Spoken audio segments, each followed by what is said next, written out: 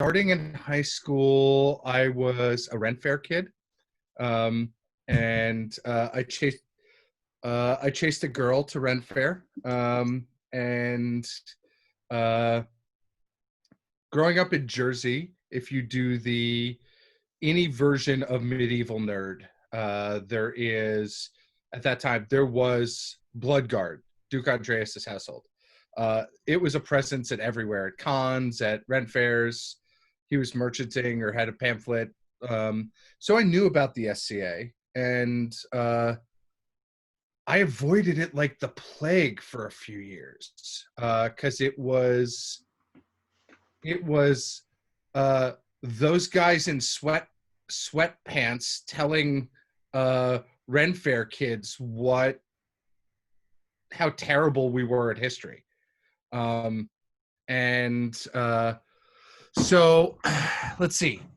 I think I was doing fairs for like 4 years. And I was a punk rock kid, and I got in a lot of fights at a lot of shows. And my best friend was and still is now Sir Cullen, and he went to school in Rhode Island, and he came home one summer, and he's like, "You need to stop talking to judges. It's bad for you." And he gave me a helmet and a stick, and we went in his driveway, and that was that. And what year was that? 97. Okay. And when you were active in the Ren fairs, what did you do? A little bit of everything. I started off doing bit part work at the New Jersey Fair. Like I was Squire number 83 in this show, and Man at Arms number 5 in that show, and I read it and had like one line where it was like, "The British are coming," and then I for years did various booth stuff at New Jersey and New York, and I eventually started doing some very low-level grunt work doing bronze casting. The guy Lars, who I was working for, trusted me with a lot more, and every time I touched something more artistic than grinding, I screwed it up real good. So I stuck to the basic stuff. And when you found the SCA, did you start fighting right away? Yeah, I didn't find the SCA. I found stick fighting. Okay. Cullen was like, it was please stop hitting people at clubs. Start hitting people with a club. And that's how it started. And then the SCA part came later. Okay, so how long did you fight before you sort of really started going to events and stuff? So I think I went to I started fighting in Cullen's driveway in like June, and I went to my first event in October. Okay. And did he get you in armor? Yeah. Cullen still is the guy who makes and or fixes most of my gear, because in the same way when I try to do anything vaguely artistic, it's terrible. There was a rule for years in his shop that I wasn't allowed anything more advanced than a hammer. Well, I've seen your calligraphy, so I know you can do artistic things. Yes. Calligraphy seems to be a place where I don't feel totally fish out of water. Okay. Yeah. Cullen, is that how I say his name? Cullen. He paints phenomenal shields. That guy is talented. I mean, he's a brilliant artist. Like he is. He graduated from Rhode Island School of Design with a degree in animation. He's an artist's artist. He's a professional graphics guy. That's artist is how I think of him, and then fighter comes second.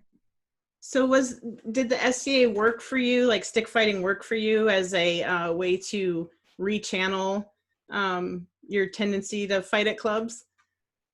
The SCA absolutely saved my life. Yeah, that's cool. Did you start out as a sword and shield fighter? Um, I think so.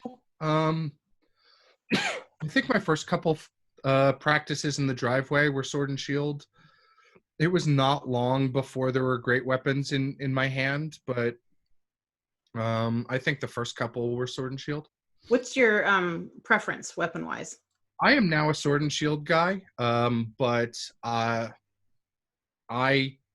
am occasionally known to describe my religion as feralist, which is Master Feral. And Feral would say that a warrior should be able to acquit himself with any weapon at hand if that weapon is a mug. Or a spoon. Or a spoon, yeah. Whatever it is. But if you're going to be, I think the East is a place that places a reasonable weight on weapons depth, and I have tried to have that. Okay.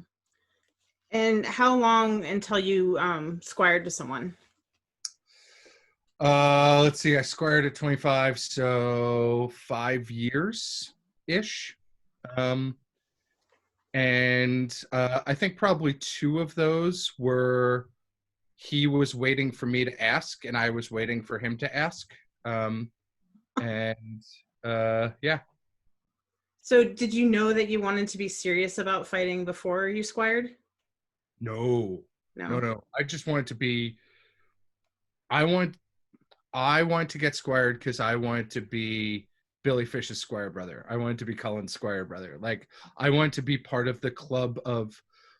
So I started off in the household I'm still in, Duchy Drakenclaw, also known as VDK.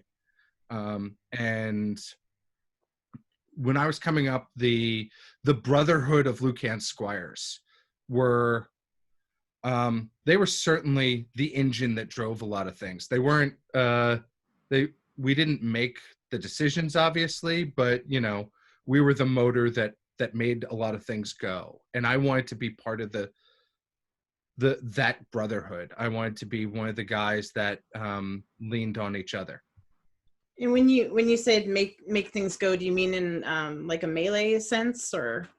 In a melee sense, in a household sense, in a camp sense, like there was a very strong, and that brotherhood still exists with all of my squire brothers and sisters. It's still a thing where we lean on each other for a lot of things. Those of us who are still active and some who aren't.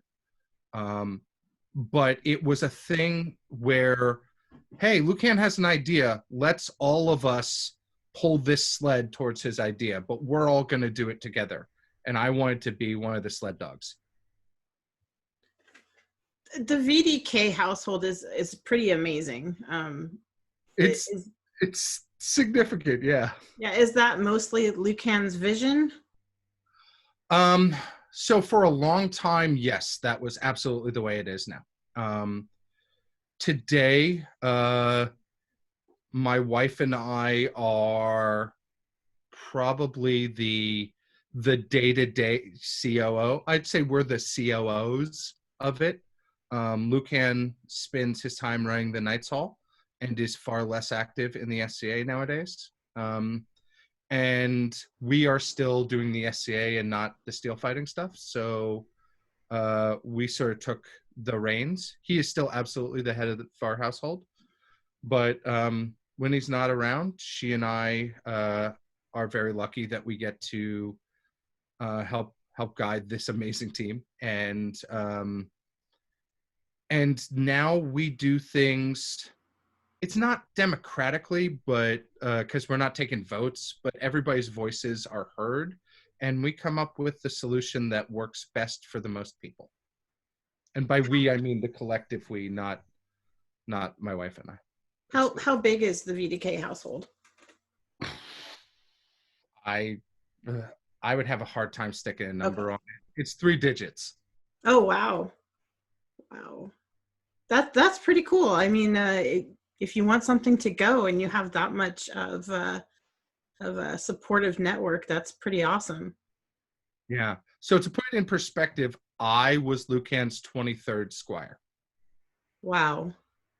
Um, and I think he got to like 31 or 32. And I how just long were you Lucan Squire? 10 years. 10 years. Uh, And either 10. No, I was squire for 11 years. Sorry. okay. Was there a point in being Lucan Squire that something shifted and you decided that you were going to get serious about the path to knighthood? Yeah, there was. I have a hard time looking back and saying that this was the inflection point. It was sometime during Cullen's home push towards his elevation. Did he get knighted before you? Yeah. So before I was Lucan Squire, I was Cullen's Mad Arms. He and I have done this whole thing together for 20 something years now. And we would drive all over, like you do, all over the East Coast. And it was sometime in my early 30s. We were doing some crazy drive or another, I'm sure. But we were driving everywhere. He was fighting every night you could find, like you hear, twice a week in these interviews. I want to fight every night I could find and prove I'm the baddest dude in the valley. And we were on one of those drives, and it was like, cool, I should try this. Like, I should get really real about this. And I think it was shortly, he and I drove to a tournament of Amir in Atlantia. And it was one of those terrible decisions that make great stories. And like, we left in a snowstorm, two dudes in a Ford Escort, like gonna drive from Jersey to North Carolina. This is a terrible plan. No food. No food, no tent, 2 sleeping bags. We'll figure it out. Yeah. And it was after that trip, I remember I started getting more serious about fighting. And you, is your main practice the Nutley practice? So Nutley is my main practice. It's local to me. It is 25 minutes from my house. I'm incredibly lucky. To put Nutley in perspective, I remember, I think it was my first reign. I was king. I was at practice, and I looked around the room and was like, holy cow. I'm the king and the 5th or 6th best fighter in the room. It was like, you can't help but get better being around those people, learning from them, fighting them regularly. Has the practice always been that way?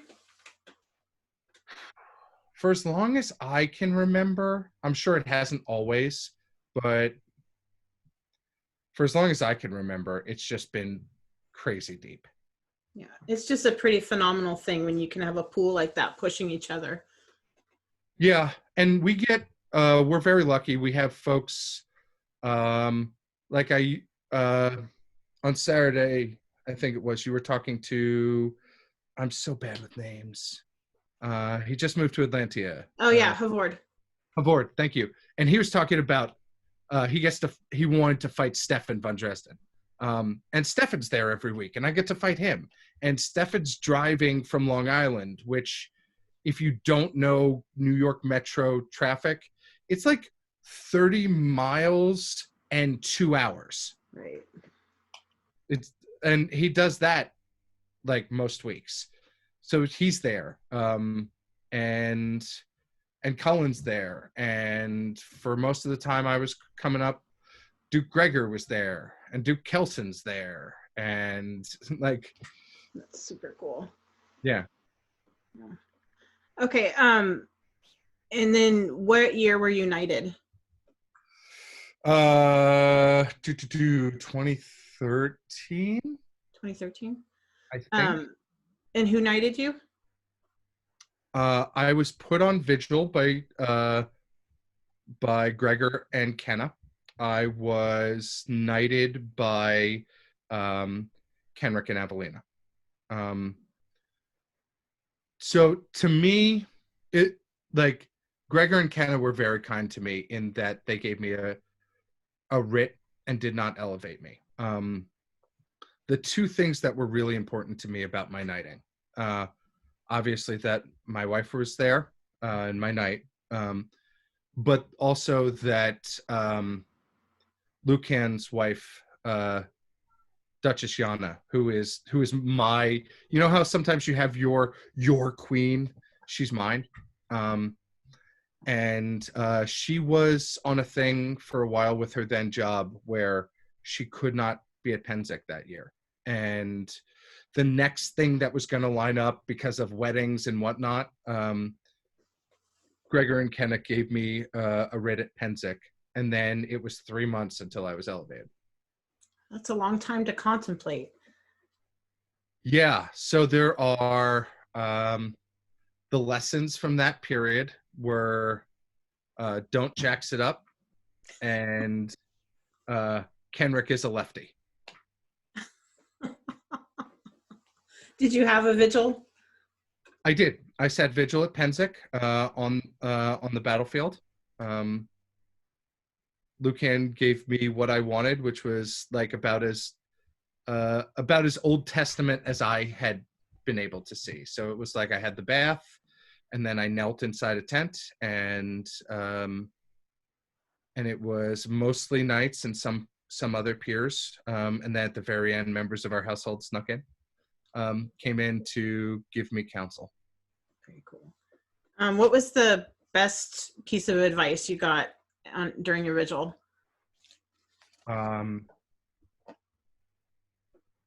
So I was kneeling, and most things had gone numb because I You have kneeled the whole time?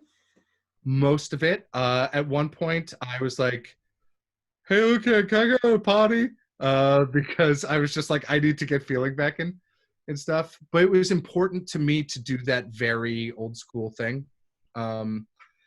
And most of my squire brothers who were elevated didn't do that because Lucan didn't ask them to, because he had this incredible ability to give you the thing you needed without you asking for it.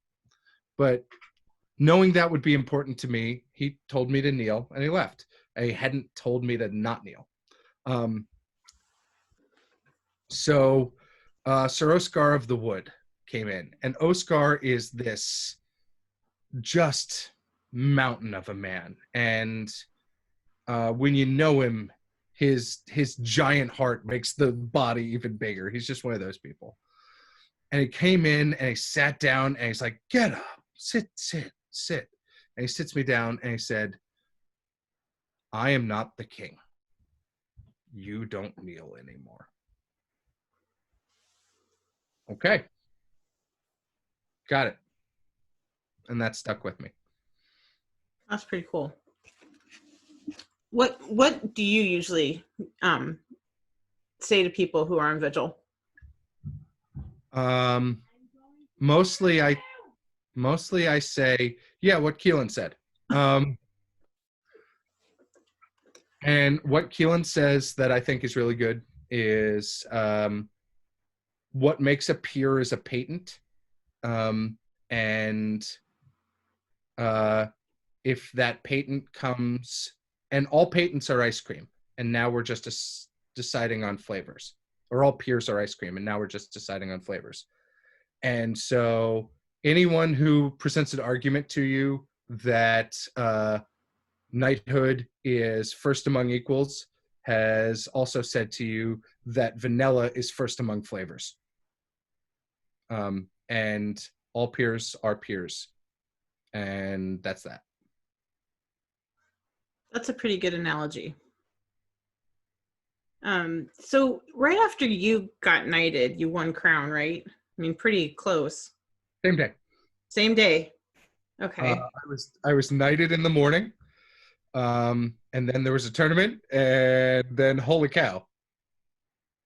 So how did you mentally focus for that? I mean, that's a I, big thing. I didn't. You didn't. I did not.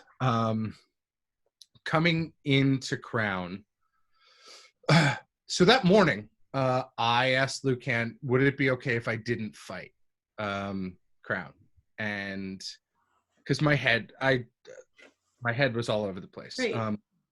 Gregor gave me my writ at Penzic, and then like 2 hours later, I had to fight a champions battle. And not to be rude, but I knew I was better than this guy that I was fighting. And I just could not snap my head back into my body. And so he hit me with a shot that was good. Like, there was nothing awesome about it. He didn't beat me. Like, he beat me. But I don't mean it like that. But he didn't do anything to make me lose. I just never got out of second gear. Right. And so I had been, hi, buddy. Yeah. Sorry. That's all right. Dog barks are good. So coming into Crown, I was going to practice, and I wasn't going to events because, like, I was so convinced I was going to go to an event and put my foot in my mouth. So I was going to practice, and I was fighting Duke Kelson a lot. And Kelson, I don't know if Kelson really trains, or if he's just one of those mutants that's that good. But he would show up after 6 months of not seeing him at practice, and he'd still be that good. And he was batting me around like a cat toy. And I would come home after practice and look at Keelan and go, oh, I stink. I'm going to get knighted, and I am going to embarrass the order. I am going to go 0-2 and just be full of shame, to the point where she was calling me, she was jokingly calling me Owen for 0-2. And so I got knighted. And, so I said to Lucan, would it be okay if I just didn't put my name in with the MOL? Like, I'll marshal, I'll show support for the community. Just, I don't know if I can do this. He goes, Squire, go check in. That's the last command he gave me as his squire. So I went and I checked in. And then somewhere around the end of, like, halfway through the pools, I was like, oh, okay, cool. I remember how to do this. Interesting. It's interesting to me that you say that you're afraid of putting your foot in your mouth, because, you know, I only know you from afar, but everything you ever write is so well thought out and so considerate that it's hard for me to believe that you are afraid of what you would say. Has that been something that you have developed? Yes. Okay.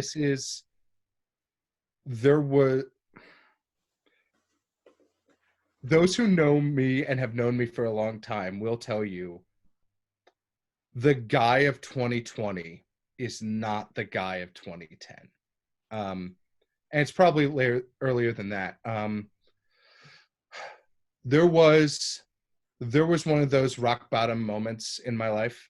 And I came out of it going, my wife and I were expecting our daughter, who's our oldest, and I was working at a hedge fund and hating myself and medicinally drinking like a fiend, and all of those things that, like, go into that. Yeah. And I was convinced that she was going to leave me and she was going to be right to do it. And that was the start. And then I've screwed up a bunch since. But it's been 13 years of a lot of time in therapy and doing work on my own and believing smart people when they tell me to shut up or trying to listen. Yeah. Okay. I am a very different dude than I used to be. So I am glad that you got to see this version of me. And I know that there's a bunch of people who know this version of me. But I also like the people like Cullen who have stuck with me. There's no reason that guy should still be my friend. I was a terrible human being. Okay. Well, I think, everybody's allowed to grow up, right? I mean, Sure. And I'm super grateful to the people who helped me do it. But like you say things like, you're very conscientious in what you say. Yeah, because I came through hell to get here. right. Right.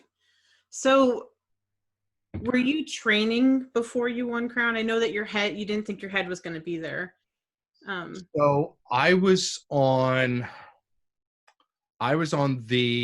I'm gonna beat every night until this kingdom until they can't deny me. Because I knew there were a couple guys who thought I was like doing a lot of the service stuff, but my stick wasn't that great. And they weren't wrong, but I was gonna prove them wrong. And so what was your regimen? Drive anywhere that was 10 hours or under that there was somebody better than me and pound the tar out of them.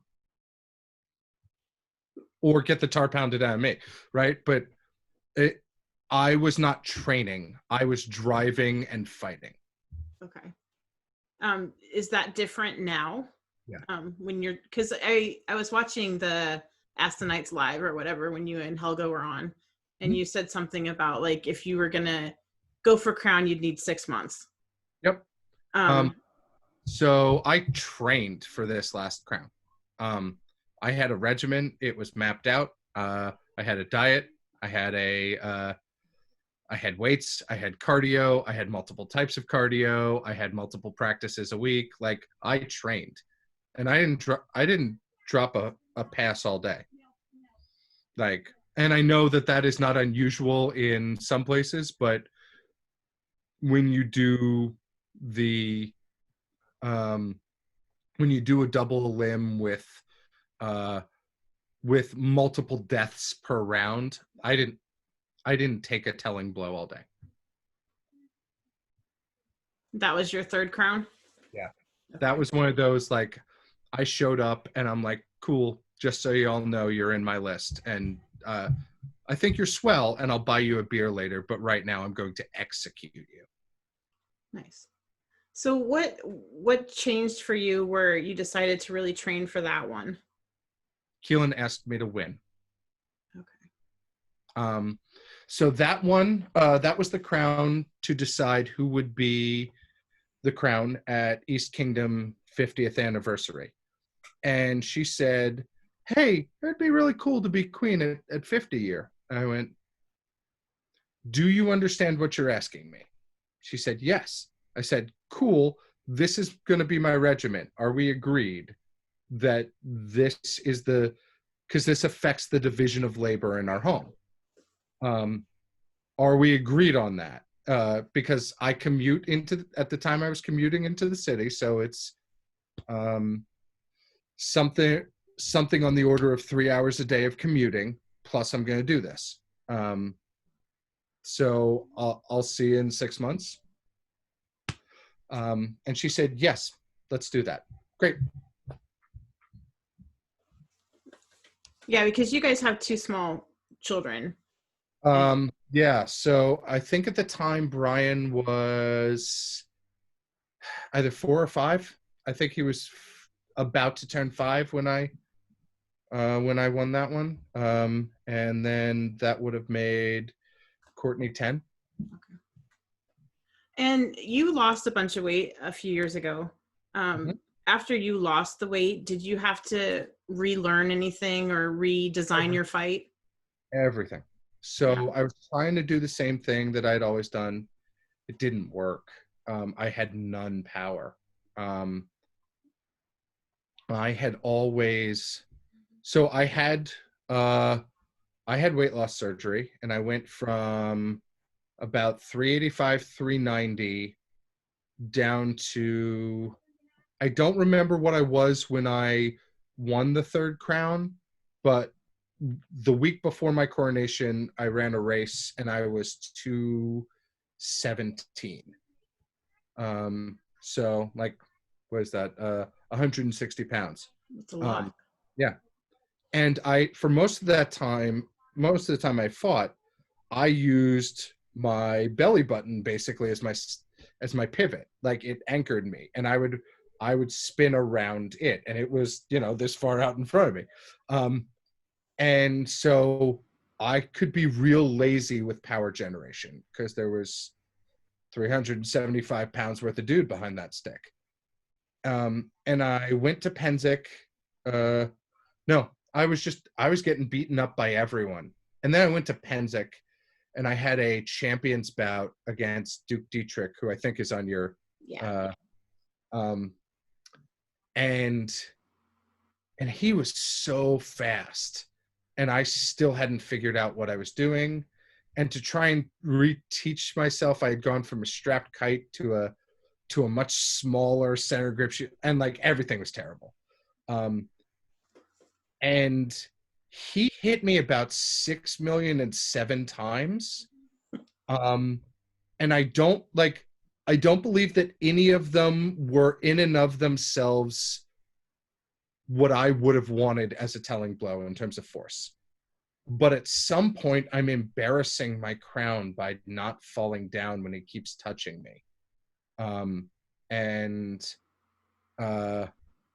And I was also frustrated enough that I knew that have you ever felt your ego come into a fight? Yeah, I was feeling my ego start to show up, like right behind my ear. Always when you just need to step out. Yeah, and so I heard and I just dropped. And so, was that sort of... Sorry. So that was I have to redo everything. And I was planning to go out. Helga had asked me to come out to West Kingdom Meet and Beat and teach. And so I did. And like 4 people came over to my corner and I taught. And then I was like... more than 4. I was there. There was a very big class. Thank you. But I'm like, oh, Mark's there and Havek's there. And I'm staying at Havek's house and I'm staying at Hans's house. And I'm going to make 3 of the best dudes that I know who I'm spending time around teach me. And Hansa flew in from Sport of Kings and came straight to site. And it took him about 10 minutes to rebuild my power generation. And he's That's pretty phenomenal. It doesn't come out of your hips anymore, Adam or Brennan. It doesn't come out of your hips anymore. It comes out of your left foot and goes through your right thigh and into the bad guy. And once he got that through my head, I went, oh, now I can throw telling blows again. Cool. How cool. I mean, that's awesome. You came out to teach and you figured it out. They taught it to me, but yeah. Right. Well, but there is a connection, right? Like, you have to be able to hear what they're saying. Sure. And implement it. Yeah. Hansa says that he is a much better teacher of knights than he is of squires. And I think, I don't know that that's true. I've never tried to learn from him as a squire, but there's a thing. The concept is that in Eastern martial arts, a black belt is when you're ready to learn. In the SCA, being a knight is when you're really ready to learn. Like, you understand all the fundamentals. We don't have to fix your flat snap anymore. We don't have to fix your offside. So now we can talk about how to put things together. And so, yes, by that point, I was a Duke, and I was able to learn, and I was eager to learn. So at that meet and beat, you said something that sort of stuck with me about defining your goals. And sometimes you say you have a goal, mm-hmm. and it's actually not really your goal. Mm-hmm. Do you remember that? Like, it's a concept I talk about. Okay, yeah. Can you explain that? Sure. People have goals, and then they have milestones, and then they have aspirations. For years, so I'm a basketball nut. I grew up in Jersey. I used to go watch St. Anthony High School in Jersey City. And there's a legendary coach there, and his oldest son ended up going to Duke. So I became a Duke fan, and I'm still a giant Duke University fan. So for years, I would wear Duke hoodies, and my knight, who was a Duke, would go, "You can't wear that in my house." And so I would joke for years about how my goal was to be a Duke. It wasn't. I didn't care about that. I wanted my buddy to shut up about my sweatshirt. But saying that was my goal doesn't actually make it a thing I'm striving towards, doesn't make it a thing that I'm actually doing the work for. It's a milestone that I can see that I may be steering towards, but that doesn't mean I'm working towards that goal. It just means I can see it over there. It's like I could put on my vision board your haircut, right? Right. I'm not gonna have it. It's just like saying my goal is having long, beautiful hair is not gonna make it happen. If I start taking Rogaine, or I have transplant, or I do the things that are going to enable me to get to there, now it's my goal. Now I'm working towards it. My goal of winning crown is enabled by the things I do to prepare. Monday is one of a couple practices, or it's Pell work. Tuesday night is video night. Wednesday night is Nutley. Thursday night is taking the thing that Stefan blew me up on at Nutley and working it at a teaching practice. Friday is cardio and travel day. Saturday is an event. Sunday is cardio and travel home day. Like, that is working towards your goal. Yeah, I the way that you explained it was pretty profound to me. It really stuck with me, so I appreciate that. So, do you still feel the same way about knighthood now as you did when you first got knighted? No. I'm serious about it now. Okay. And when you say you're serious about it, do you mean like it as a job? It's a vocation. It is not. Knighthood is not for Saturdays. It is not a thing we do in the SCA. Yes, it is those things. Yes, it is an order within the SCA. I describe myself as husband, dad, knight. Like, those are the three things. My modern career comes after that. It is a less integral part of who I want 2020 Adam to be. And knighthood is about, for me, and I think all peerages are sort of like this. Mine happens to be knighthood. But knighthood is about chasing aspirational stuff and doing right by people who could use a hand. And there's a phrase, shield of the weak, that I like as a concept, and I like better. Somebody phrased it to me and I stole it, and I don't remember who to give credit. Shield of the strong but very fucking tired. And that's the stuff that knighthood is. It's being an ally. It's being a teacher. It's my calling the way a priest is called to God. And sort of the way that I see it is it's pervasive, right? Like I'm going to use the word infect, but I don't mean it in a bad way. It infects my role as a wife. It infects my role as a mom. It infects my role as a friend. It infects my role as a teacher.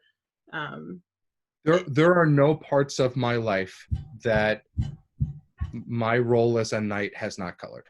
Right. And when did that sort of switch for you? So I can't tell you how much of this was my early period as a knight and how much was my first reign, right? Because like you learn how to do both. I was learning how to do both of those things at the same time. But during that period. What was most surprising when you first reigned to you about reigning? Let's see. I believed my own press for a while there. That surprised me. I was like, man, I know what I'm doing. I am killing this. and again, it most of these stories come back to Cullen. He's been, my he's been Silent Bob to my Jay for a long time. But we were in his garage one night and he's like, hey, you're being a jerk. Stop it. Nobody's as impressed with you as you are right now. I went, you're wrong. And then and like 3 days later, I was like, sorry, man. Sorry. So that surprised me. Like I thought I had my feet under me. And it's a thing that stuck with me. But in terms of reigning, let's see, this is a thing. This is probably an Eastern and Mid-Realms particular thing, but how fast Pennsic starts. Pennsic starts like between the end of between the end of the tournament and court. Like the planning? Yeah. Like there was somebody saying, hey, here's a phone. You should call Prince so-and-so. Tell you what, I'm going to get changed. I'm maybe going to smooch my wife. I'm going to try and find a beer because my head is going. And I will totally call Prince so-and-so after court. Interesting. Yeah, I'm sure it's an East Mid thing because, sometimes our crowns don't even go to Pennsic. So. Yeah. And it's probably some an Ethelmark thing. And some an Atlantia thing. So what was your favorite part about reigning? She's upstairs and trying to keep my kids from coming down here. The best thing I have ever done as king is make Keelan queen. Yeah, it's amazing. It's amazing to me how much credit you give to your wife and your best friend. I think that it's amazing to have such strong relationships that way to ground you. Yeah, I'm very lucky. I have been able to spend my life in the company of amazing people, and they have been very generous to me. It's pretty cool. Let's see. So let's talk about your calligraphy for a little bit. How did you discover that you liked to do that? So I'm going to give you 2 guesses what the answers are. What the answer is. You were reigning and there wasn't a scribe on site, so you had to do your own scroll. No, it's either going to be Cullen or Keelan. Okay. All right. Fair enough. So the East, and I'm not sorry for what I'm about to say, the East has the greatest scribes in the known world. We do a scroll for every award. And it is not stamped. It is not reproduced and painted. It is an original work of art for every award that goes out. Something in the order of 300 scrolls every 6 months. That number's slightly wrong, but not by a ton. That's pretty incredible. Do you guys give scrolls for like AOAs and stuff too? Yep. Oh, Yep. Wow. And I would say with 80 to 90% of the time, it's there in court going out day of. Not you get the award and it's commissioned later. That's a hell of an organizational Um, feat. our, our our our scribes and our signet are incredible, and we're always trying to figure out how to balance that uh, with scope creep, right? So every reign, there's like 3 more awards than there were the last reign, right? And so we're not just making scribes out of whole cloth. Keelan, scribes, scrolls had become more common with peerage writs, and we were like, cool, that's like 7 or 8 scrolls that we can do ourselves. And this was her idea, 100%. And so I started doing calligraphy, and I hated my signature the first 2 reigns, and so I went to Christiana Crane, who's a brilliant scribe.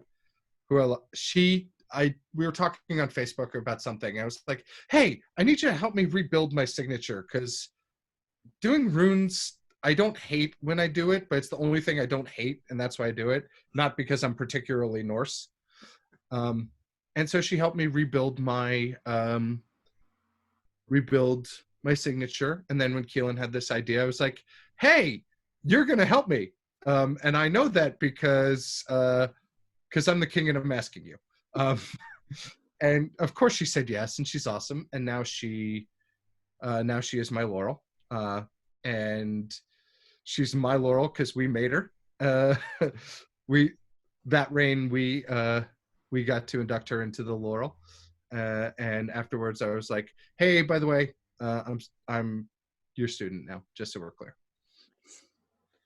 So you guys get scrolls for the writ and for the patent? It is not universal. Okay. There is no but and for the longest time it was you got a scroll with the peerage award, like when you would have speakers and the king would slap you for nights, and that's when you got it. But scope creep happens, and then people were like, but I really love my best friend and I'm a scribe, so I'm gonna make a scroll for Bob when he gets his writ. Well, Bob got one, so now we have to give Jane one, right? And so that was a way where we were trying to bring that temperature back down. You also do, besides reigning, you also do a lot of service. You're the deputy seneschal for special projects. Is that right? Yeah, which really means if it doesn't fit neatly in a bucket, I do it. I don't do a lot of paperwork with like the local groups. I'm not a regional. I do things like I handle the harassment and bullying complaints for the kingdom. So I will talk to all the parties and then give a write-up and a recommendation to Maeve, who's the kingdom seneschal. If there is a group that just can't play nice with each other, I go talk to them. So that's what I do. It is I describe it as I am the seneschal's pocket duke. Okay. How did you get that job? Did you just decide you wanted to do something? And so Mistress Catherine, who was the last seneschal, was our seneschal for our last reign, and I've known her for a long time. She's Jersey, just like me, and that was her second time being kingdom seneschal because she's wonderful and insane. And towards the end of the reign, I was like, I want to do something after the reign. I really like Catherine. I like talking to her. Hey, Catherine, you got a job for me after the reign? And like 3 weeks later, I was like, after we stepped down, I'm like, cool, I'm done sitting out. Give me a job. And she's like, cool, here's a harassment complaint. Go handle it. nice. And then on the calendar, you have like this Ducal Challenge event. Yep. What is that? So this is another thing I get credit for. That's Keelan's great idea. It is our barony puts this on every year. stupid COVID took it. This is probably going to take it this year, but it is the Ducal challenges are 2 tournaments. She is currently our Kingdom Rapier General, and I obviously like stick fight. So it is a armored tournament and a rapier tournament, and it's a prize tournament. And the entry is you have to make or sponsor an art. You can't buy something. Sponsor means you get an artist to pair with you, and their creation goes into the prize pool. And then at the end of the day, you alternate choice. So whoever wins the for the armored side, so every entry from the armored combatants goes on one table, and the rapier combatants go on the other table. And whoever wins the armored tournament picks first. Whoever made the thing that they picks second. And then you go back and forth, armored, fighter, artist. And so you're building the list of artists on the right hand and reading down the list of people from the tournament on the left. Oh, what a great way to, facilitate being more well-rounded and making relationships. Yeah, so you either have to have a relationship with an artist to fight, or you have to make your own prize. In that case, you effectively get 2 entries. Whichever's better, your fighting or your art, you get to pick higher for that. Nice. All right, well, let's look at your killing tool. Do you have it? I do. Okay. So you've heard this spiel before. It is 36 inches of 1.25 inches that I don't do nothing to. You don't plane it or anything. It's just round. Nope. You can see there. I do a little bit with the handle, and that right there is where my thumb sits. That little groove. Okay. So that I can have my hand nice and loose, and it just sits where I want it to sit. So I put a strip of strapping tape, and then strapping tape here, and then a bunch of strapping tape on the end. So you don't spiral wrap it? Nope. No. Okay. So it's one up, and then there's a couple places where I put a loop around, and those are the places, like when you look at your stick and you go, oh, I wear out the tape here first. Those are the places I put an extra loop. Do you have a thrusting tip? Nope. This is just tape. I had one for like 12 minutes, and I blow out this part of the sword first, and if you put a thrusting tip on the end, my shots aren't as good. Okay. I don't use a trigger. There's a lanyard.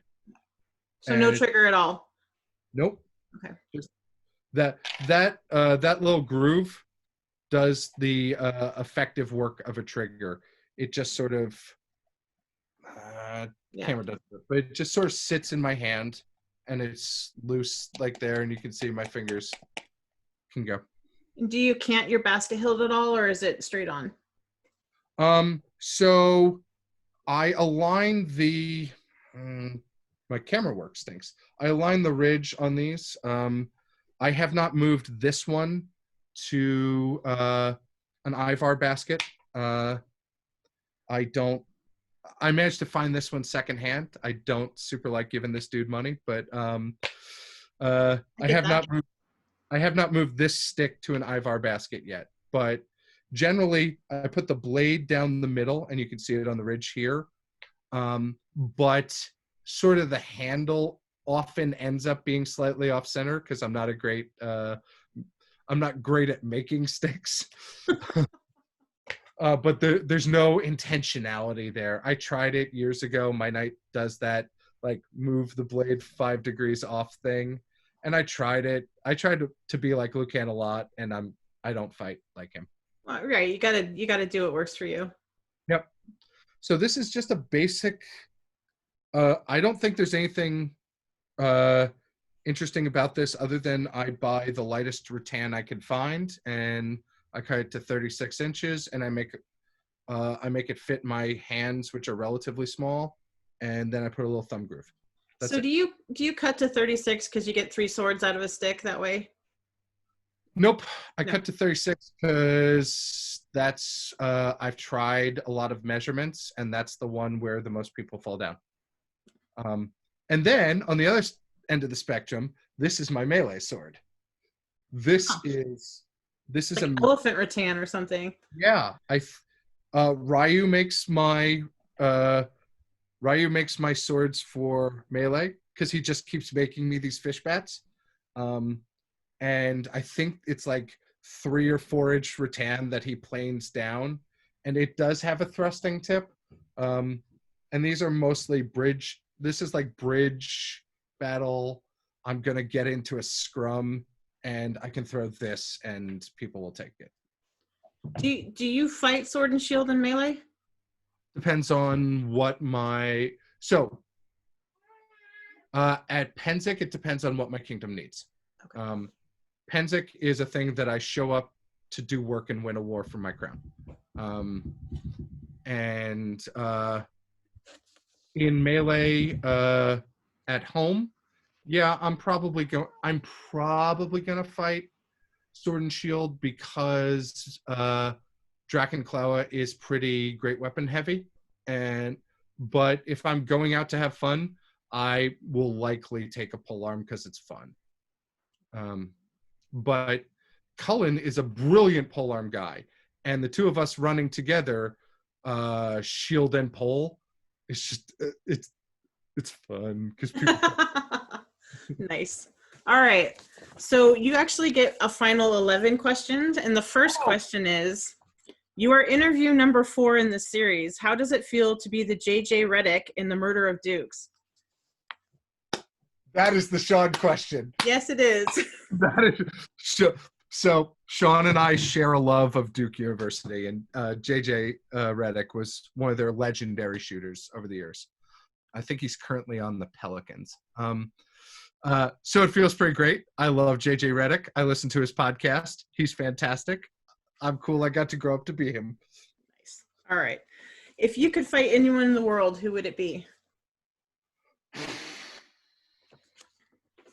Hansa. It's just super fun. Like, plus it would mean that afterwards I got to hang out with him and Helga and my Weasty people. Nice. Who would you like to see reign in your kingdom? Helen.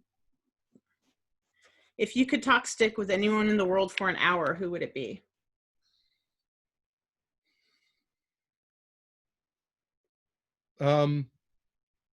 Me and a DeLorean would talk stick with Farrell a while ago. Back before he got sick. What is your favorite medieval-esque or period movie?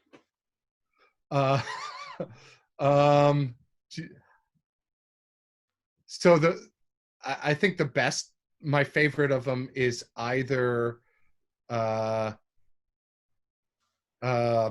Kingdom of Heaven, or my favorite Penzik movie is Starship Troopers.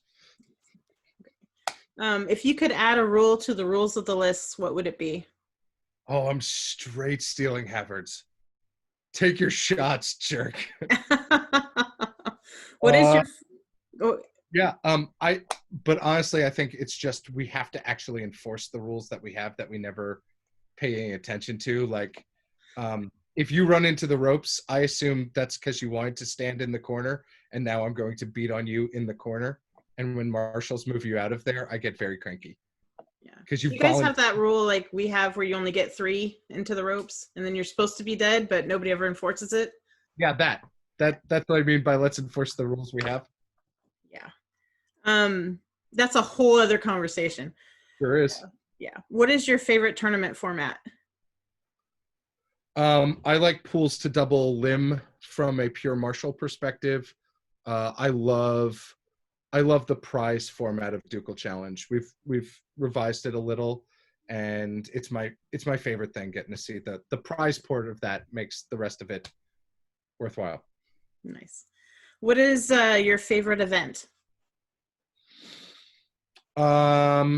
either Ducal or because my Barony throws it. The site is fantastic. Like, it's at Elks Lodge. The field's great. There's a bar on site that the Elks run, so you get your $2 beer afterwards.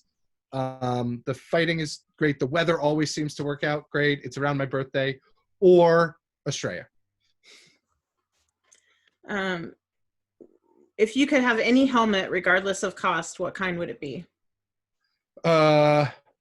So I don't care what it is, but I want Tiernan to make it.